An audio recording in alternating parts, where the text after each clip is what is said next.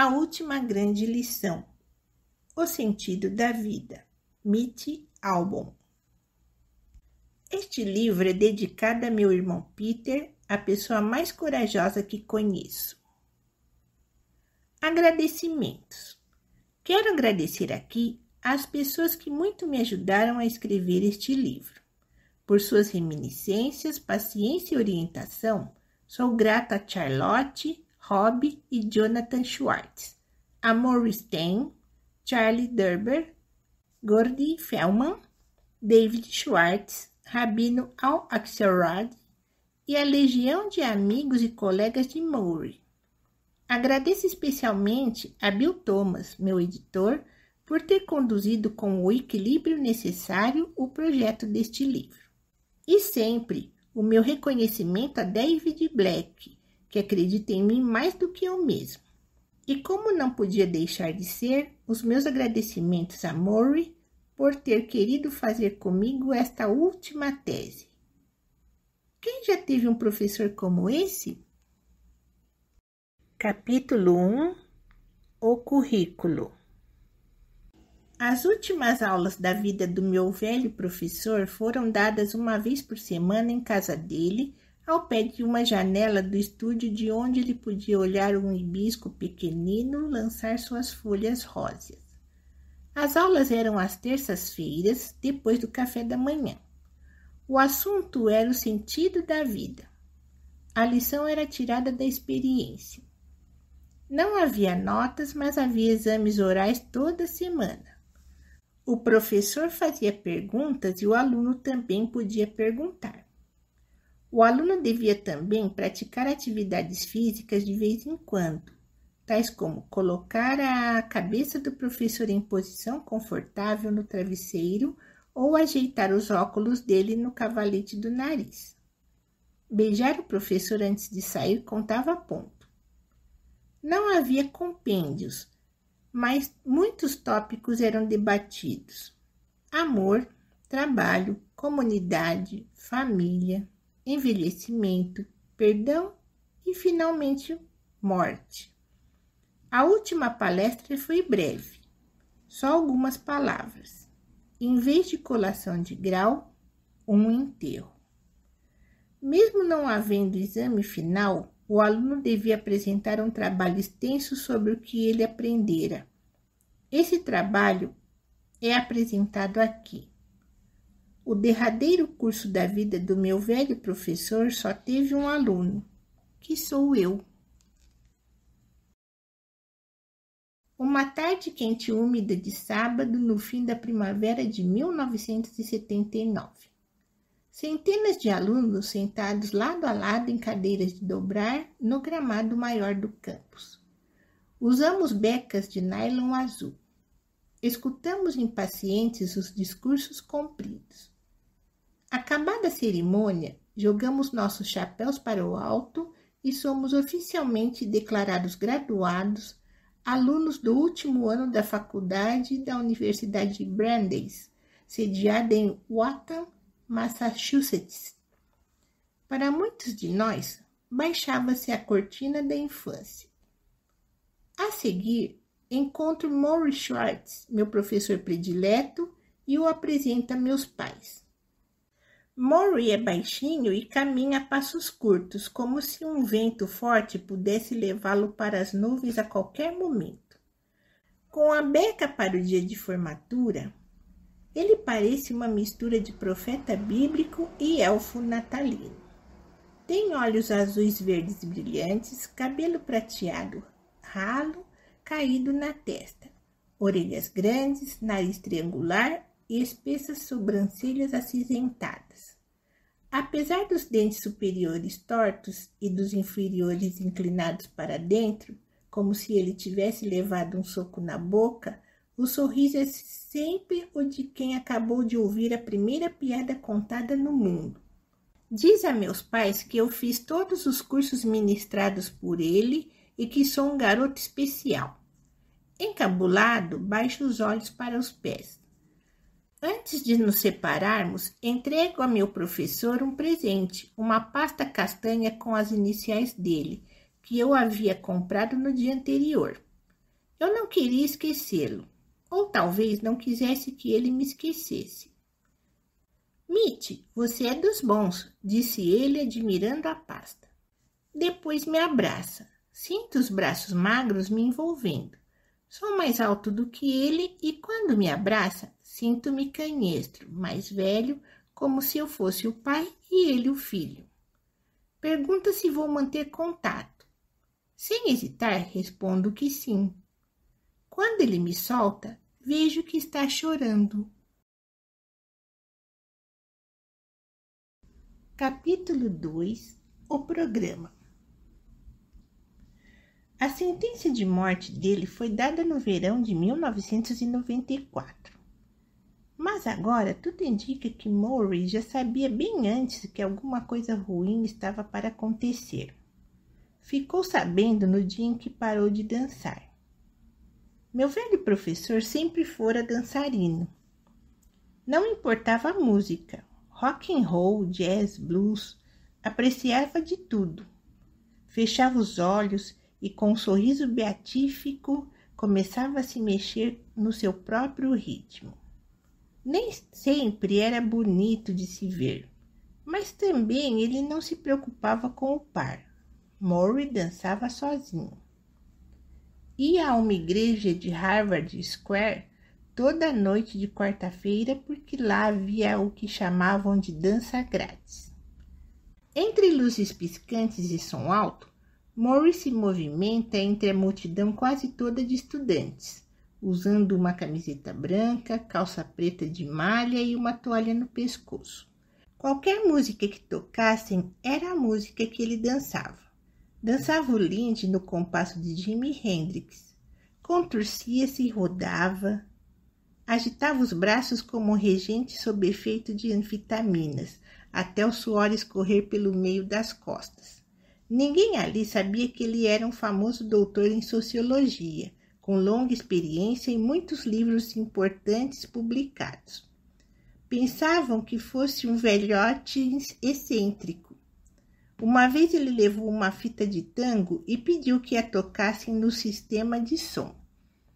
Depois tomou o comando da pista, correndo para lá e para cá, como um ardente amante latino.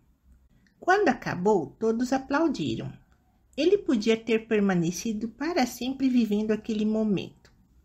De repente, a dança terminou. Depois dos 60 anos, ele começou a ter asma. A respiração ficou difícil. Um dia, passeando pela margem do rio Charles, um sopro de vento frio deixou-o com falta de ar. Levado às pressas para o hospital, deram-lhe adrenalina injetável. Anos depois, Murray começou a ter dificuldade de andar. Numa festa de aniversário de um amigo, ele cambaleou inexplicavelmente. Outra noite, caiu ao descer os degraus de um teatro, assustando um grupo grande de pessoas. Afastem-se, ele precisa de ar, alguém gritou. Nessa altura, ele tinha mais de 70 anos, por isso atribuíram o acidente à velhice e o ajudaram a levantar-se. Mas Murray, que sempre estava em contato com seu organismo mais do que estamos com o nosso, sabia que alguma coisa se desarrumara nele.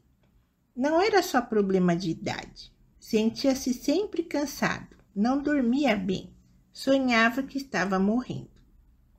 Passou a consultar médicos, muitos médicos.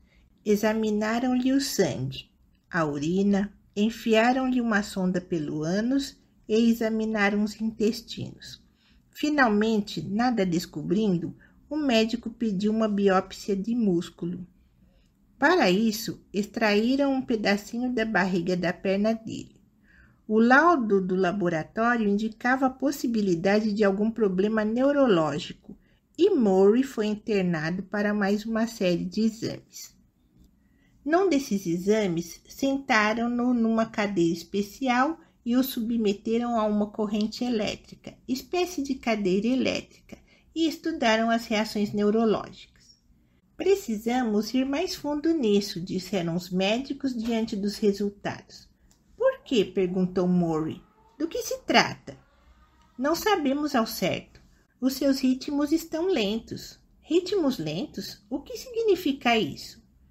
Finalmente, num dia quente e úmido de agosto de 1994, Maury e a esposa Charlotte foram ao consultório do neurologista, que os convidou a sentarem antes de ouvirem o diagnóstico.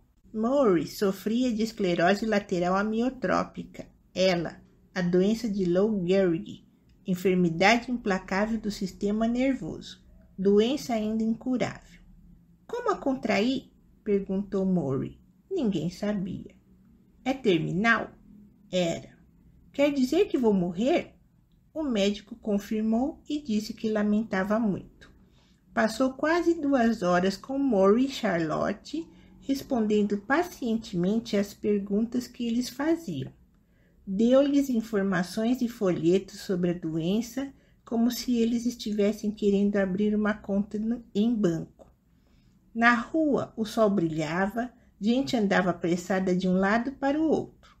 Uma senhora corria para introduzir dinheiro no parquímetro. Outra carregava compras. Pela cabeça de Charlotte passavam milhões de pensamentos. Quanto tempo nos resta? Como o administraremos? Como pagaremos as contas? Entretanto, o meu velho professor estava admirado da normalidade do dia em torno dele. O mundo não deveria parar? Ignoraram eles o que me aconteceu? O mundo não parou, não tomou nenhum conhecimento e quando Maury quis abrir a porta do carro, sentiu-se como caindo no buraco. E agora? Pensou. Enquanto ele buscava respostas, a doença avançava dia a dia, semana a semana. Uma manhã, ao dar marcha ré no carro para sair da garagem, não teve força para acionar a embreagem. Terminava aí a sua vida de motorista. Para não cair, comprou uma bengala. Assim terminou seu tempo de andar livremente. Nadava regularmente na CM, mas descobriu que não conseguia mais se despir. Assim, contratou seu primeiro ajudante pessoal, um estudante de teologia chamado Tony, que o ajudava a entrar e sair da piscina, a vestir e tirar o calção. No vestiário, os outros nadadores fingiam não olhar, mas olhavam. Aí terminava sua privacidade. No outono de 1994, ele foi ao campus de Brandeis dar o seu derradeiro curso. Não precisava fazer isso, a universidade teria compreendido. Por que sofrer diante de tanta gente? Ficasse em casa. Pusesse a vida em ordem, mas a ideia de desistir não ocorreu a Maury. Assim, ele entrou claudicante na sala de aula, onde vivera durante mais de 30 anos. Apoiado na bengala, levou tempo para chegar à cadeira. Finalmente sentou-se, deixou cair os óculos e olhou para os rostos jovens que o fitavam silenciosamente. Meus amigos, imagino que estejam aqui para a aula de psicologia social.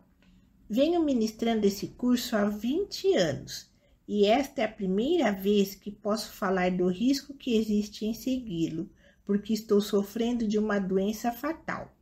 Posso morrer antes de terminar o semestre. Se acharem que isso é um problema, podem desistir do curso. Eu compreenderei. Maury sorriu. E assim terminava o seu segredo. A ela é como vela acesa. Derrete os nervos e deixa o corpo como uma estalagmite de cera. Geralmente começa nas pernas e vai subindo. A pessoa perde o comando dos músculos das coxas e não aguenta ficar de pé. Perde o comando dos músculos do tronco e não consegue sentar-se ereta. No fim, se continua viva, respira por um tubo introduzido num orifício aberto na garganta. E a alma, perfeitamente alerta, fica aprisionada numa casca inerte, podendo talvez piscar, estalar a língua, como coisa de filme de ficção científica.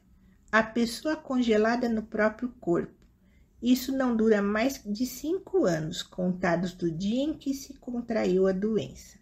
Os médicos deram a Murray mais 2 anos.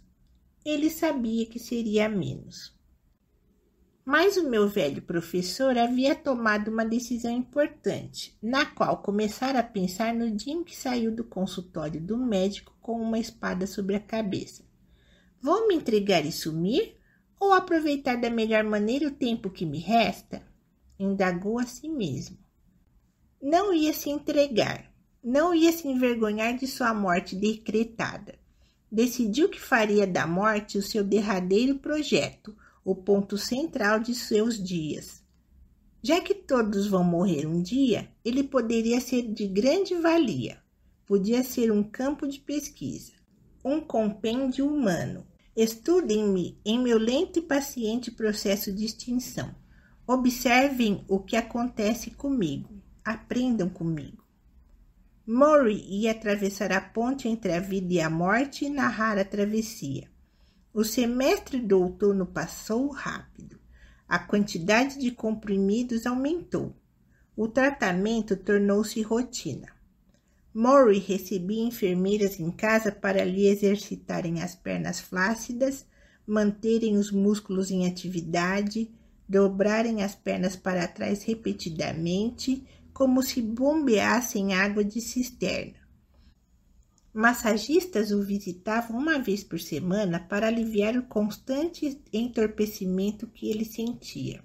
Recebia professores de meditação, fechava os olhos e estreitava o campo de pensamento até reduzir o mundo ao simples inalar e exalar, inspirar e expirar.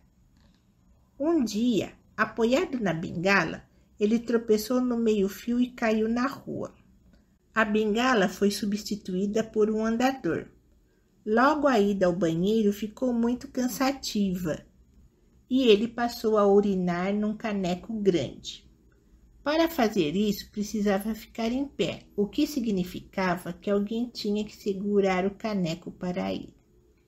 A maioria das pessoas ficaria encabulada com isso, principalmente na idade de Murray, mas ele não era como a maioria. Quando um de seus colegas mais íntimos o visitava, ele dizia: "Olhe, preciso urinar. Você não se importa de me ajudar?" Para sua própria surpresa, eles não se importavam. Ele recebia uma procissão cada vez maior de visitas. Formou grupos de debate sobre a morte, o que significa o modo de morrer que as sociedades sempre tiveram, apesar de não compreenderem bem a morte. Disse aos amigos que, se quisessem mesmo ajudá-lo, não o tratassem com pena, mas com visitas, telefonemas, dividissem com ele os seus problemas, como sempre tinham feito, porque Murray sempre foi um bom ouvinte. Apesar de tudo por que passava, a voz de Murray era forte e estimulante, e sua mente trepidava com 1.000.000 de pensamentos. Estava empenhada em mostrar que a palavra morrente não é sinônimo de inútil. O ano novo veio e se foi. Mesmo sabendo que aquele seria o último ano de sua vida, Murray não disse isso a ninguém. Já precisava de uma cadeira de rodas e lutava contra o tempo para conseguir dizer às pessoas que amava tudo o que tinha para lhes dizer. Quando um colega de Brandeis morreu subitamente de infarte, Murray voltou deprimido do enterro. Que pena Irving não ter ouvido aquelas homenagens todas, disse. Pensando nisso, teve uma ideia, deu uns telefonemas, escolheu uma data.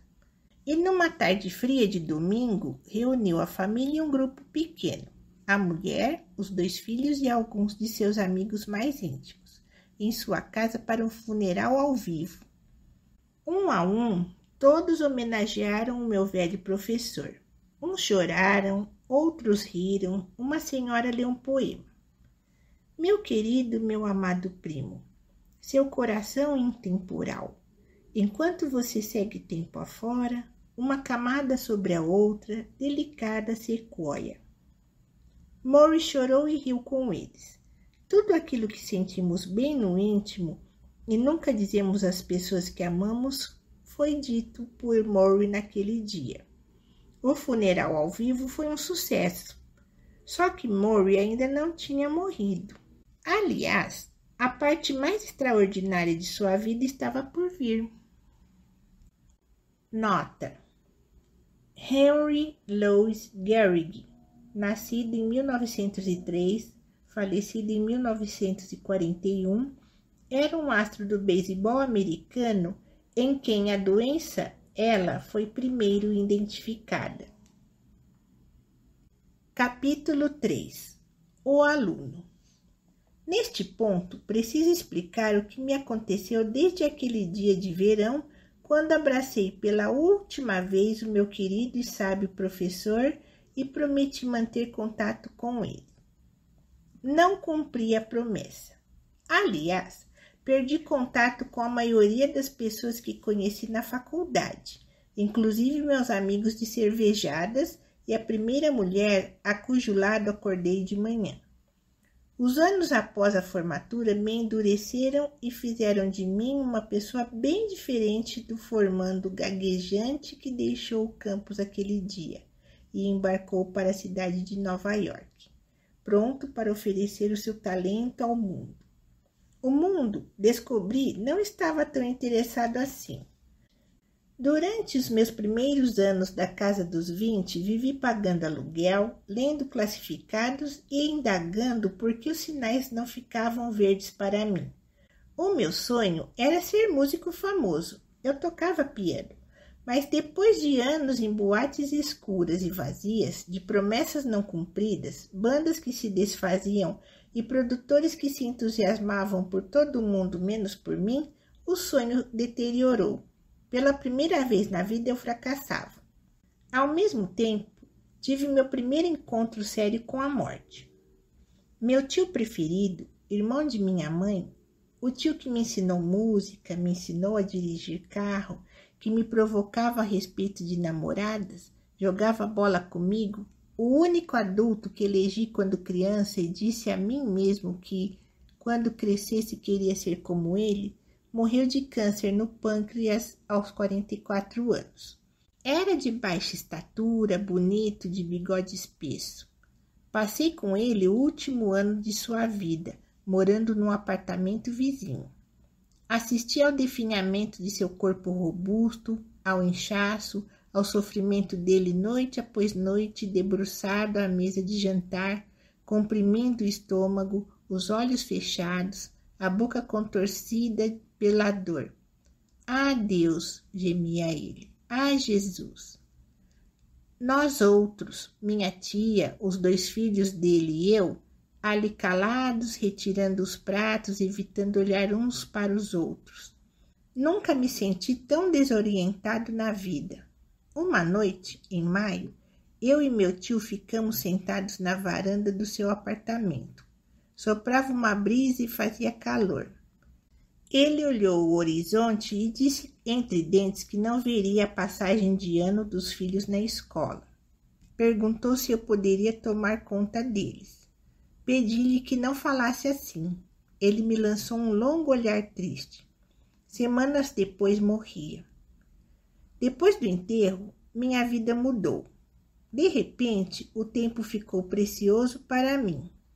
Água escorrendo de uma torneira aberta e eu não podendo me mexer com a rapidez necessária. Chega de tocar música em boates quase vazias. Chega de compor música que ninguém quer ouvir. Voltei a estudar. Formei-me em jornalismo e peguei o primeiro emprego que me foi oferecido, redator de esportes. Agora, em vez de correr atrás de minha fama, eu escrevia sobre atletas famosos que corriam atrás da deles. Trabalhei para jornais e de freelancer para revistas. Trabalhava num pique que desconhecia horários e limites. Acordava de manhã, escovava os dentes, sentava minha máquina com a roupa de dormir. Meu tio tinha trabalhado para uma empresa e detestado a mesma coisa todos os dias. E decidi que não ia acabar como ele. Fiquei pulando de Nova York para a Flórida e acabei no emprego em Detroit, colunista da agência Detroit Free Press. O apetite da cidade por esportes era insaciável. Tinham equipes profissionais de futebol americano, basquete, beisebol e hóquei, o que convinha a meus planos. Em poucos anos, eu não apenas escrevia colunas, mas também livros sobre esportes. Fazia programas de rádio, aparecia regularmente na televisão, opinava sobre ricos jogadores do nosso futebol e sobre a hipocrisia dos programas de esporte universitário.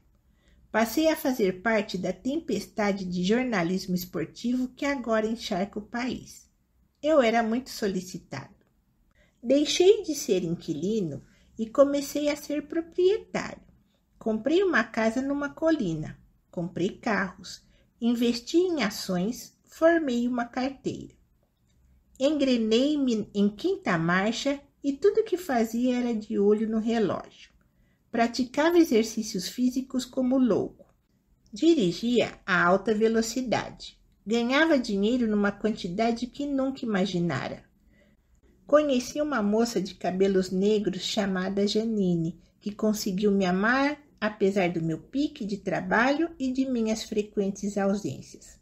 Casamos depois de 7 anos de namoro e uma semana depois voltei ao trabalho. Disse a ela e a mim mesmo que um dia começaríamos a formar uma família, o que ela queria demais. Porém, esse dia nunca chegou. Em vez de família, eu enchi os dias com o trabalho, porque achava que assim podia comandar as coisas, podia sempre acrescentar mais uma dose de felicidade antes de adoecer e morrer como meu tio, destino esse que eu considerava natural para mim. E Murray? Bem, de vez em quando eu pensava nele, no que ele me ensinara quanto a ser humano e me relacionar com os outros, mas era sempre uma lembrança distante de outra vida. Durante anos, joguei toda a correspondência que me vinha da Universidade de Brandeis, imaginando que fossem pedidos de dinheiro. Assim, não fiquei sabendo da doença de Murray. As pessoas que podiam ter me avisado estavam esquecidas há muito tempo, os telefones delas perdidos em alguma caixa recolhida ao sótão. Poderia ter continuado assim, não fosse a casualidade de eu estar no fim de uma noite pulando os canais de televisão um a um e ouvir alguma coisa que prendeu minha atenção.